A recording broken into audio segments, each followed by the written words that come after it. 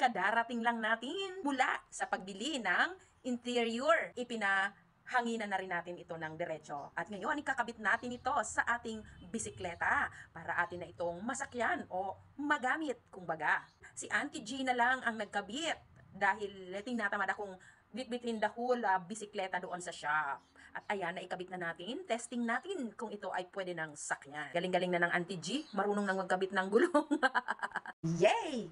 Good job, Auntie G. Pwede na natin itong testingin ngayon upang atin na itong masakyan. 3 linggo na ang nakakaraan mula ng masira yung interior nito bago ko nabilhan last week. Hindi ko rin naikabit dahil wala pala akong pangpahangin. Ngayon ko lang ito nagawa.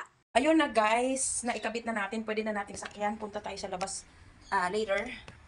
Punta tayo sa labas para matesting natin kung tama yung pagkakabit ko. And since hindi naman talaga ako marunong, nagmamarunong lang, dadaan na rin ako doon sa pagawaan or sa bilihan ng mga bisikleta at papating na natin kung ayos naman yung aking pagkakagawa. Para for safety, di ba? Huwag tayo masyadong magmarunong. Ayun, stay happy. Ika nga ay choose to be happy always. Don't forget to smile. Bye! Follow and share pala. Don't forget it.